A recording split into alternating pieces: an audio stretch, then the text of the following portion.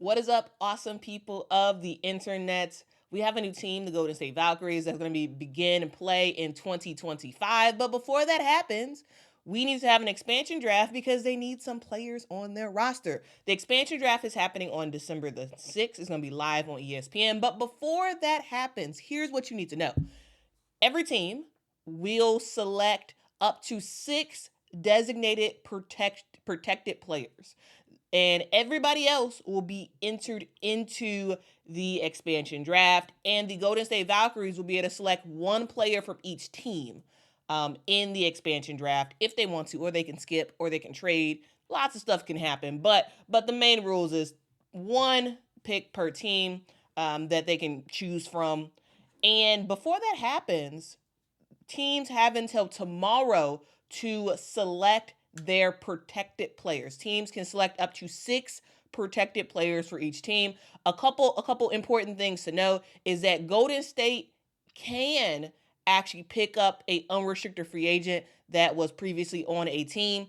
A thing to note is they can only pick up one total unrestricted free agent. Okay, so that's going to come into effect with some of the thought process about who do you protect, who do you not protect from various teams.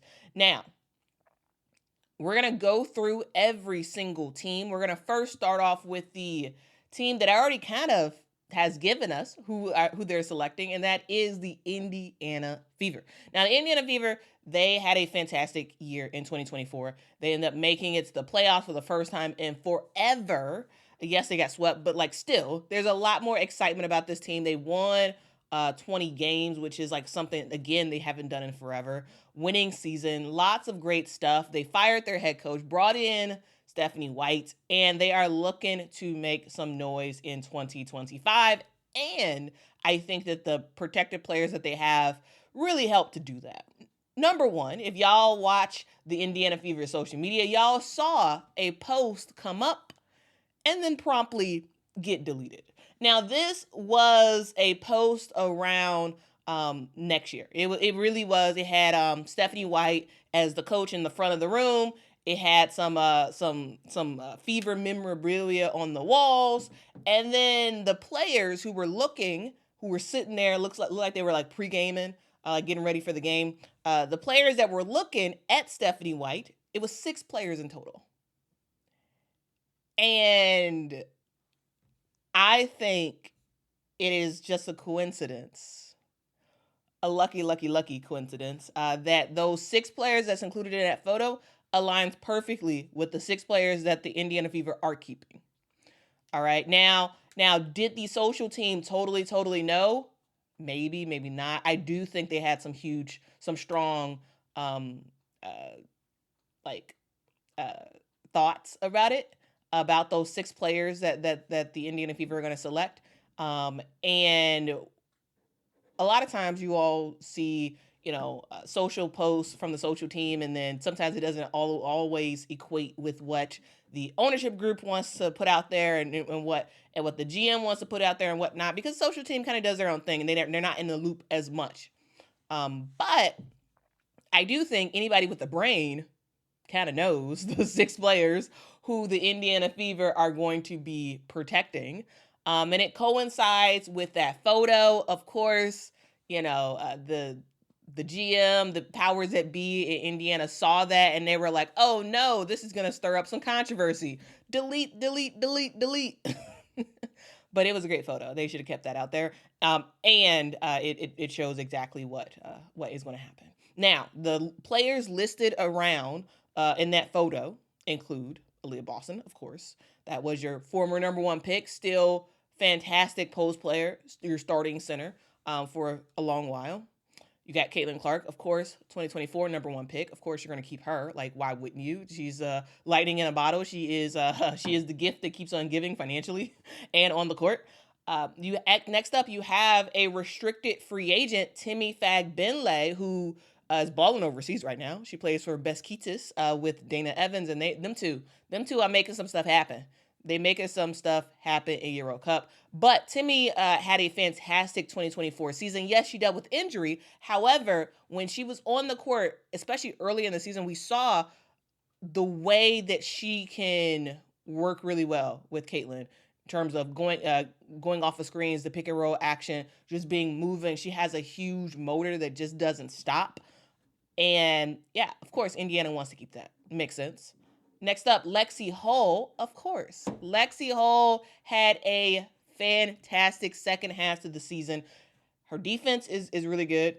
Also, her ability to get in spots and be ready to just chuck up a shot and make it happen. Like I think she's one of those players, utility type players that can kind of do a little bit of everything for the Indiana Fever, and they would be smart to keep her on the roster. Also, it seems like her and Caitlin are like best friends or something like that. So like you got to keep your main player happy. You got to. Next up, we got the unrestricted free agent Kelsey Mitchell. Now, Kelsey Mitchell is an unrestricted free agent, but you need to protect her because the Golden State Valkyries can select one unrestricted free agent in the expansion draft.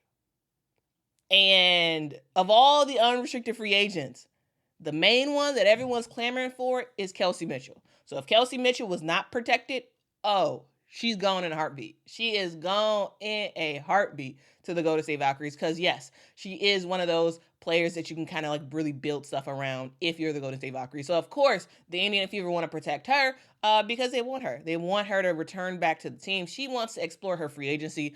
They want to core her. We'll actually see what happens. We'll see what happens when we get to the new year. But yeah, they for sure have to protect Kelsey Mitchell. She is a critical piece to the success that the Indiana Fever has had this season. Next up, you got Nalissa Smith. She's a player who, gone through quite a lot when it comes to her relationship with Fever fans and whatnot. And, she didn't have as great of a season this year as she's had in her first 2 seasons in the WNBA. I think she really did regress in 2024.